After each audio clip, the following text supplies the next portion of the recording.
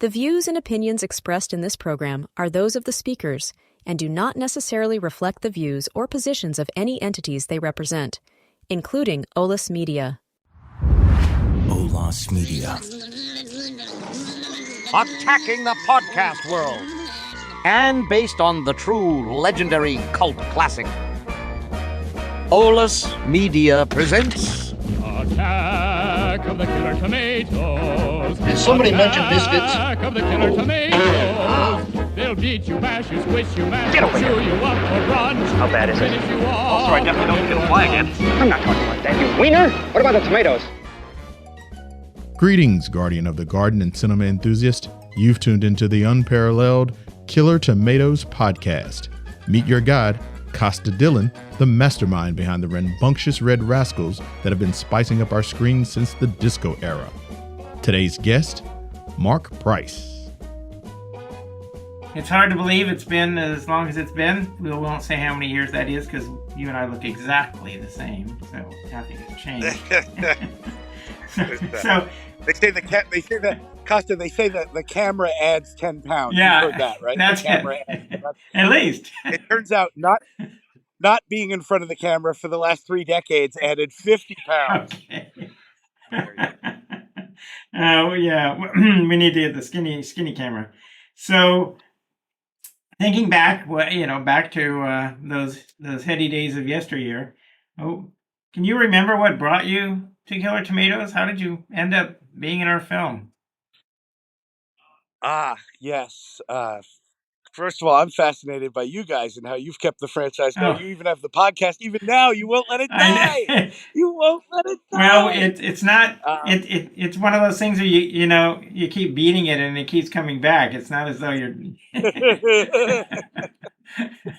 Well, good for you. Good for you. I've always loved it. I love the first one. A lot of kids love the first one, right? We saw it on the Z channel. Yeah. Do you even know what the Z channel No. is? Does that ring a bell? That was early cable in Los Angeles, okay. anyway. I don't remember that. It wasn't like HBO or Nationwide or something. Uh-huh. We had a thing called the Z. I think it was called the Z channel. Anyway, it was a cable box, and it had different movie channels and things. And Attack of the Killer Tomatoes was on there, and I loved the song. And I learned the song before I ever met you guys. I learned the song. They play the song sometimes on Dr. Demento, too. Uh-huh. That's right. He did play it. Yes, he did. Yeah. So I was a fan of the movie. I was a fan of the song, and I was a fan of Jack Riley. Not a lot of kids big Jack Riley fans. I was. Great deadpan comic. For your viewers that don't know, the Jack Riley played the crazy patient on the Bob Newhart show. Was one of his most famous roles. He played a lot of different roles, but he's one of the stars of the original Attack of the Killer Tomatoes. Yes. Yeah, he's the one we tried to kill with the helicopter. That's right. Do your listeners, are they all up on all these details? So you guys had a helicopter crash and it ended up in the movie. It was the best stunt in the movie. It right? cost more than the entire movie. Was there an insurance? To the guy who owned it, but yeah, it did cost. That was worth more than the whole cost of the movie. So that's what you call a special effect. So, I mean, I was a fan. Okay, and so your agent saw it, or what? So I was already a fan, and then I guess it came up. It was being cast, Okay. and the agent didn't want me to do it. Desperately pleaded with me not to do it. Well, you were great. Every time I watch it now, and I have to say, there's just so much in that film that so I wrote it, but I still think it's funny. I just think you carried it off so well that it just adds so much to the script. And whenever I write something and I try to imagine an actor doing it, and I didn't have you in mind when I wrote it, obviously, but then when I saw you bring it to life, I thought, boy, right? It could have been better, You were you thinking George Clooney? Yeah. No, I didn't think we would ever. Even at that time, I wasn't sure we'd get George back, but I don't think George would have done a better job. He listens to his agent. Yeah, right. He listened to his agent. I don't think he would have done a better job. I don't think he could have done a better job. Okay, That's very flattering. That's very flattering. Just right for it. So, what is your most vivid memory of the shoot? Well, first of all, let's be clear. I've never met anybody who's ever seen it. Oh, I'm just going to be honest with you. and that's I travel a lot. and, I travel a lot. and that's why I'm not doing this from my house in Malibu, right? But let's see. I mean, the most vivid memories include Angela Visser, the most beautiful actress who played the Sure. lead female role so funny. She ended up being such a comedic gem. I think I ended up being the straight man to her comic persona. She was such a natural comedian Uh-huh. and so beautiful. You don't see that combination often. Right. And France, going on location to Paris. How could I forget all the great sights? I mean, we were so blessed with the ability to go to all the best places. It Yeah. was great. Yeah. And the French crew drinking after lunch. And before lunch and Or during no, lunch they, and all of a sudden lunch got later and later because after lunch nothing would get done. So I That's remember right. lunch kept moving later and later. It's true. We did shoot in some exotic locations, Paris, that castle north of Paris, National City. All the really, That was something yeah, else, that castle. all the hot spots of the world. Hanging out at that castle, the history of that castle. Oh my gosh. And I've seen that castle in movies Have since, you? you know. I go, hey, we were at that Yeah. castle. We were at that I castle. didn't. I didn't. I'm Um, not sure I could find it on a map if I had to. yeah. Well, they all look alike, you know, Yeah. those castles.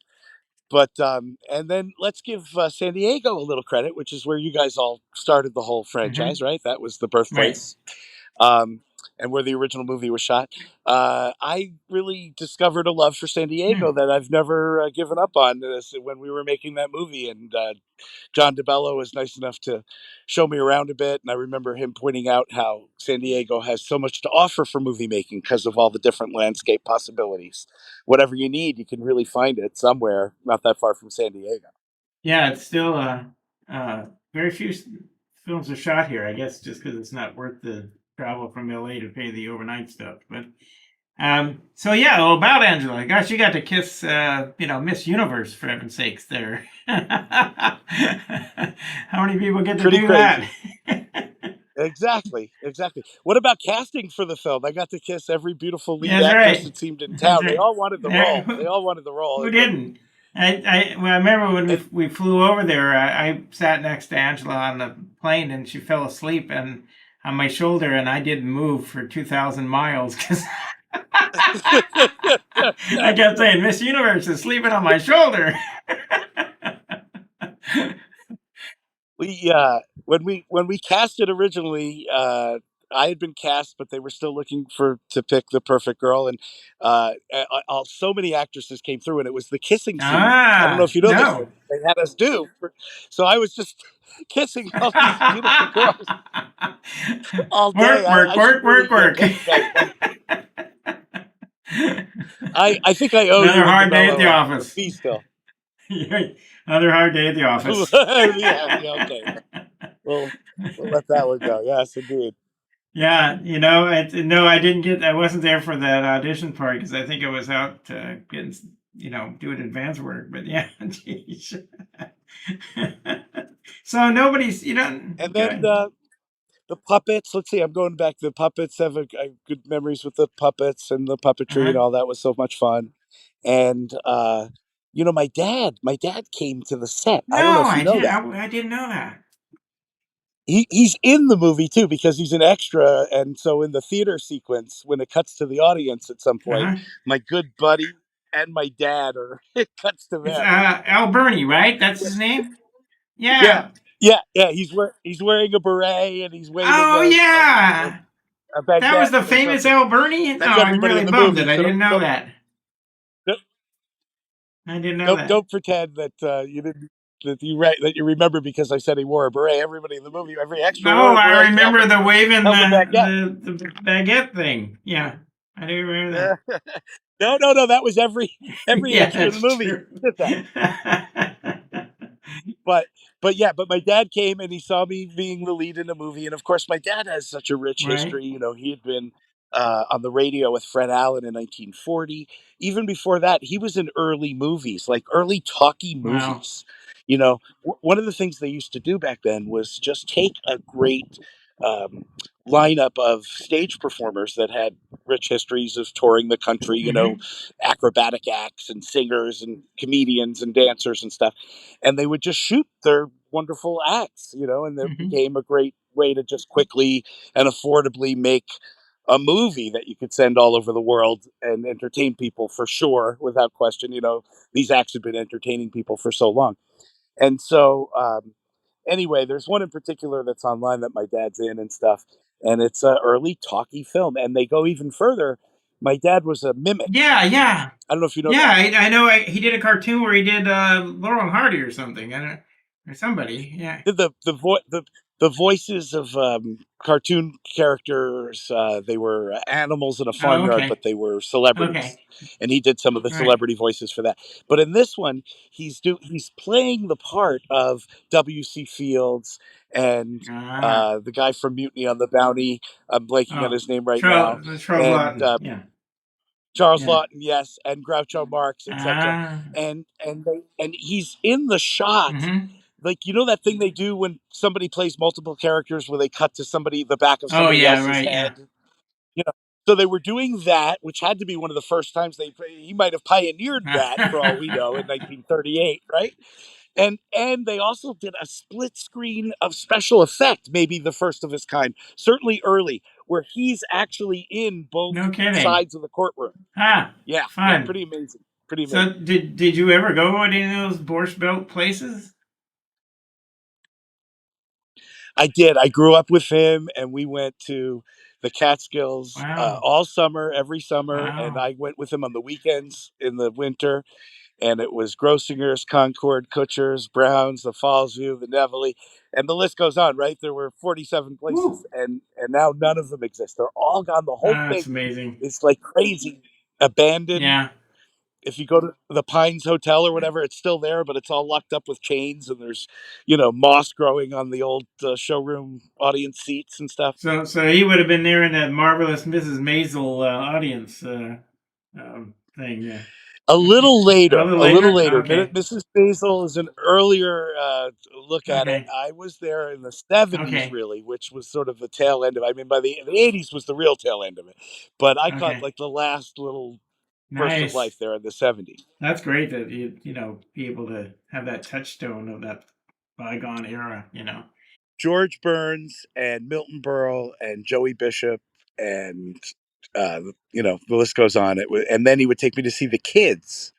And in those days, the kids were David Brenner and Robert Klein, So he gave me a great comedy, education by taking me to see all these greats and letting me hang out with them backstage. That's nice. Yeah, that's I it's just like there's nothing like it anymore. There's no such circuit anymore. They people go down to the even the comedy clubs of the '90s aren't what they were in the '90s. You could drive over LA, do 5 minute spots, 10 of them a night, and $50 a pop. You don't even do that anymore. It's a different world. I spent decades, at the clubs every night and all that, but now I go on the road a lot and I work hard. And when I come back to town, I find it hard to, you know, Well, I don't find the magnet pulling me over to the clubs to do well, tell spots. tell us about that. What do you do? What would you do on those road trips? So I'm in like 40 cities this year. It's Woo! pretty intense. There's sometimes it's comedy clubs, sometimes it's theater, sometimes it's bar mitzvahs or bars or whatever it is.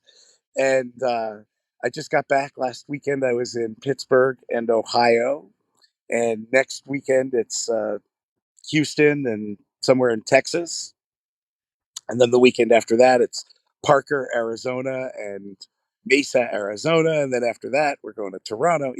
That kind of thing. Wow. I- It's all at ijoke.com, ijoke.com. Okay. They got the whole schedule and videos and clips of what I'm up to and all that. Well, you just you find it exhausting or energizing? It's both.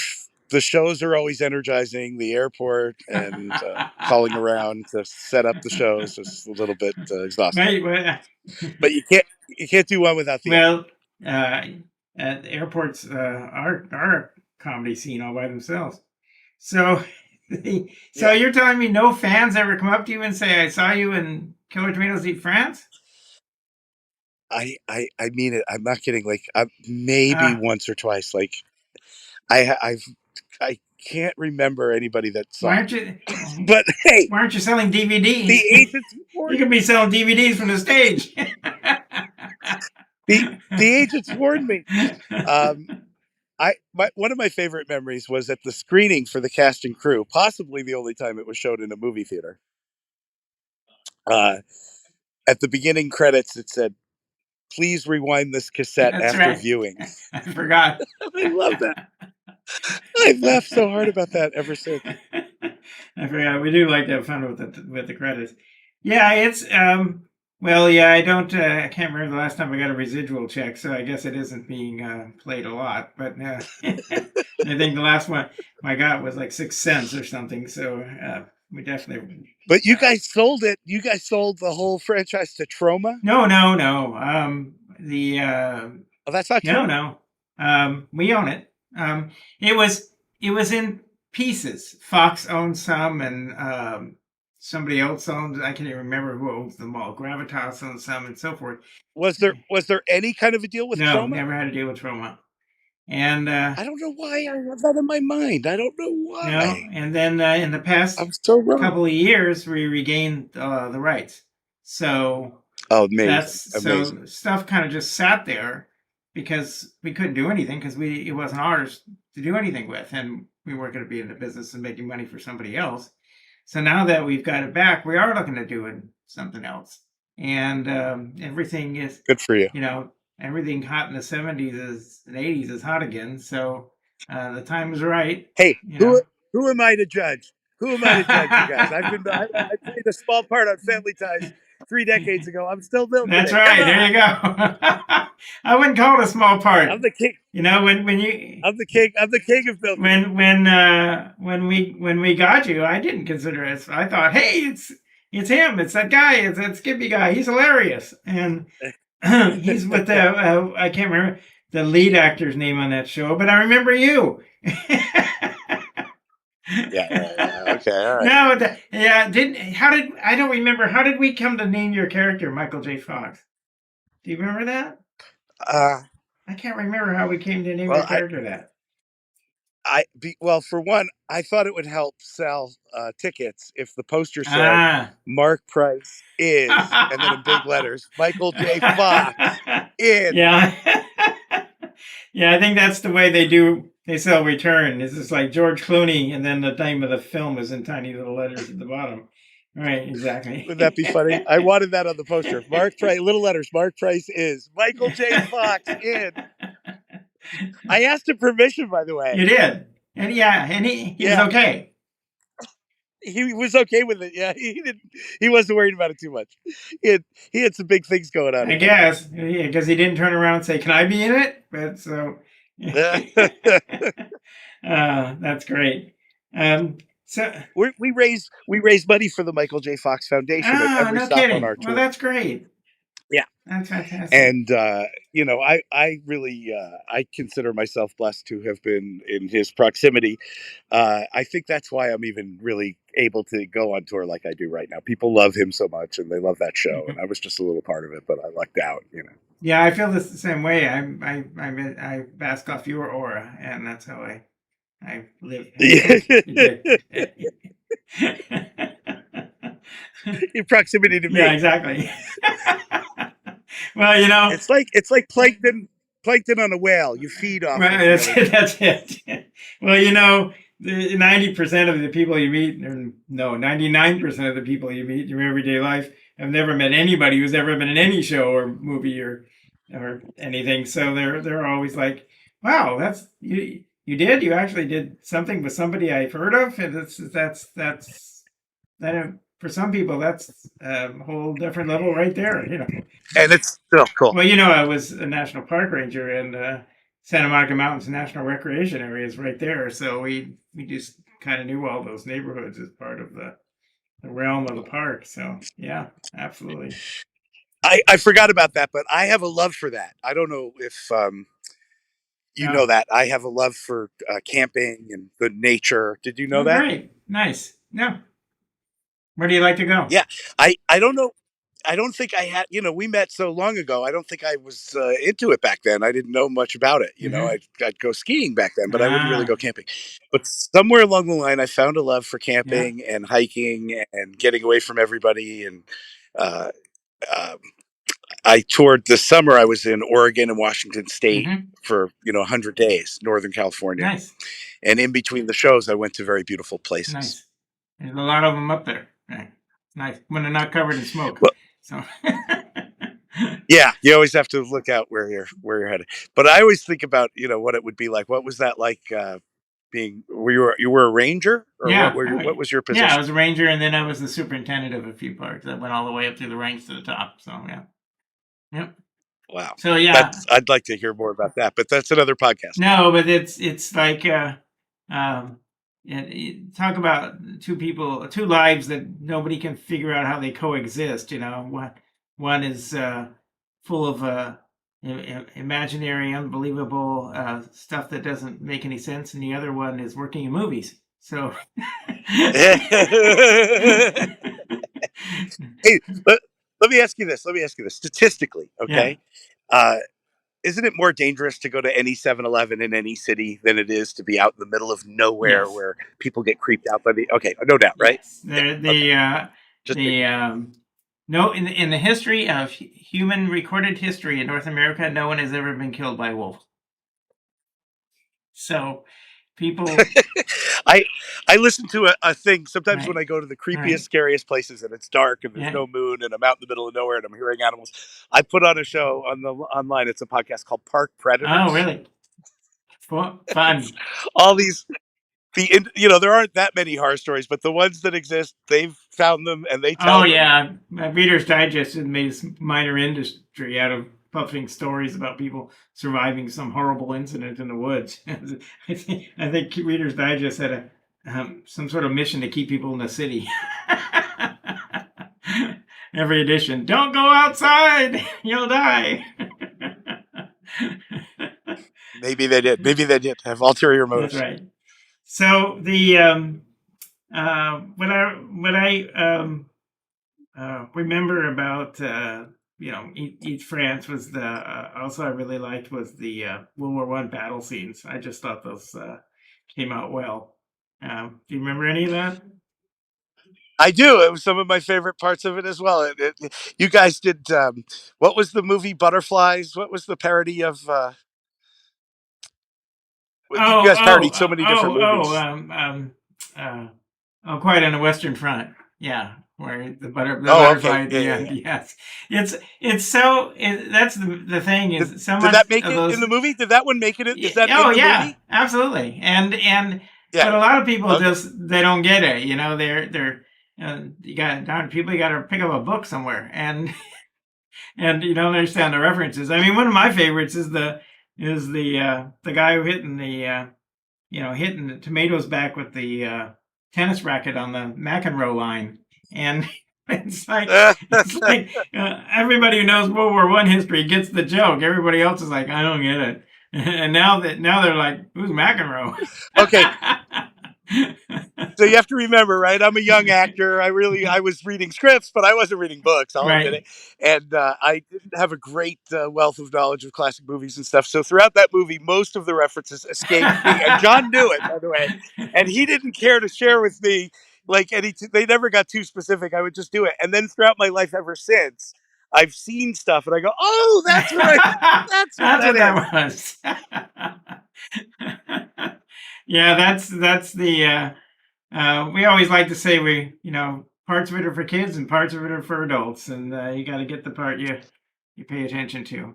But for any of your viewers that haven't seen Attack of the Killer Tomatoes Part 4, whatever, Killer Tomatoes Eat France, there you could keep track. It's almost like a drinking game or something. Every time there's a moment that parodies a classic movie from some point in It's time. true. It's packed full of them if you can find them. Well, that was The James Bond moment, the whole chase scene around yeah. Paris and the Arc de Triomphe. And then Uh, that was skates. funny and memorable to Why do. did they have to be Yeah, skates? yeah. Yeah, maybe we could get a little movement going and get people to That's watch it. right. What you should do is make it into little viral clips, put them Yeah. into the reels, So you flip them and you just see like a little piece of it every once in a while. Yeah. You keep track and then send in your answers and we'll let you know if you got them right. That's the new way to watch movies now, is just to flip your screen up like Yeah. Tinder. Yeah. That's the thing is, and when we made that film, we couldn't possibly imagine what films are now. You watch them on a phone, for heaven's sakes, and stream them and so forth. The marketplace there's no comparison to what it was back when we made those movies. Everything is different. Most movies don't even go to theaters. They don't even try. It's a whole different Well, listen, world. if you do this podcast regularly, I'm sure you've covered this before, but I feel it's almost obligatory that I retell this story. And you'll correct me because you know all the specifics, but the original Attack of the Killer Tomatoes wasn't getting a lot of attention. And you guys got a call from, was it the really bad film festival, the worst film festival? What was it Medved called? Brothers. Yeah, the worst film festival. Right. The worst film festival. And they asked if they could put the Attack of the Killer Tomatoes into the worst film festival. And you guys said, only if we win. Yes. I love that story. Only if we're officially the worst film of the year. That's right. We had to. We weren't allowed to do it. It was categories, so we had to be the worst vegetable movie, and so we said, yeah, but only if we win. Otherwise, you can't use it. And the worst vegetable. Well, movie. number 2 was Attack of the Mushroom People, I think, and which is the movie that inspired me to write the movie in the first place. So talk about the irony there. But yeah, I mean, it was that and Muppet Babies. They used a clip of the original film on Muppet Babies that Elmo had a nightmare that he was being chased by tomatoes. And it was those two things that got Fox interested in doing the 2 films, the one that you were in, because those 2 things had all of a sudden resurrected the title from obscurity, which was amazing. I forgot Fox had it. I totally forgot Fox had anything to do with it. I forgot about that part. Oh, that's so funny. They left us alone, though. We didn't see anybody from Fox the whole time, did we? No. Yeah, I'm not sure what happened there, but I think we were a decimal point in their budget, and they forgot we were out there. They financed the film entirely with the money they got back from returning Coke bottles. Just as well. Right. Well, my hat's off to all of you guys, John DeBello and you, and help me out now. I feel terrible. What's Steve's name? Steve Peace. Steve Peace. Yeah. What's he up to? He was mayor for a while, right? He was a state senator. Oh my God! Senator. Yeah, even bigger than me. Yeah. Even bigger than me. Yeah. And so, but what's he doing now? Now people pay him to tell him what it's like to be a state senator. So. Oh, great! That's a good position to be in. No, he's working with me, trying to work out if maybe we can get another project off the ground. So we're looking at that. We'll see. That's awesome. Awesome. If you haven't seen it, some guy, bless his heart, put together a 3-hour documentary on the Killer Tomato films and put it up on YouTube earlier this year. Did he interview me for that? He did, I think. That's how he found Angela, who's married to some, baron or something, and and it's amazing that we didn't even know the guy. He just came labor of love kind of thing. And it's actually really good. He did a great job. So that's good. I'll when you got 3 hours and nothing to do, or watching it pieces, it's probably better. Don't watch it all at once. It's especially with my attention span now. I couldn't watch it all at once. But it is good. He did a great job. So I mean, I'm one of the masses when it comes to how I get my entertainment. It's taken the place of cable TV and stuff Absolutely. like that. I don't watch cable TV anymore. Now I swipe those little videos until I find a cute dog or That's a funny, that's right. That's right. If you parachute that doesn't open. can get an animal to play the piano, I'm there. So I'll watch it. Okay. So where are you off to next? You're not Go ahead. the only major podcast that I'm on right now. No. I last week I was on with Adam Carolla. Oh, well, there you go. Yeah, we're almost in the same league. He is something else, boy. He can just go forever. I mean, you just turn him on and he doesn't stop. It's really entertaining as all Except hell. people have heard of him, so I'm in a different world. People. He's got a few fans. Yeah, exactly. Yeah. But so do you. So do you. I do. So do you. I haven't Killer met one Tomatoes. either. Love it. What I do is I'll meet these people and say, I've seen your movie 100 times, and I take 2 steps back and then call the bodyguard because those people scare me.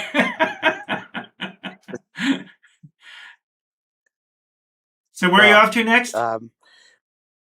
I'm off to Texas and Arizona and Those Toronto. are the next ones. Okay. Well, and it'll be on what? Give me the website again. iJoke. It's real easy. It's ijoke.com. Okay. IJOK. Great. Well, I'm hoping people who listen to this podcast will give you a try. Rush the See site. your shows. Make it so you can't even get on the Yeah. site. I want to shut down the site. That's how much. Let's try to crash it. Right. Yeah, that'll be our goal. Well, thank you, Mark. I appreciate you taking the time to give us a call. What can I say? One of my favorite. Probably the first. Well, it's so funny. I'm thinking to myself, it's one of the first cult movies that I enjoyed and remember. Right. But if in some ways it's one of the first cult movies. Yeah, in a lot of ways it is. Yep, that's true. So, just an honor to have worked with you guys, and thank you for letting me be a small part of the Killer Tomato. Thank you. We'll see you. Thanks for listening to Attack of the Killer Tomatoes.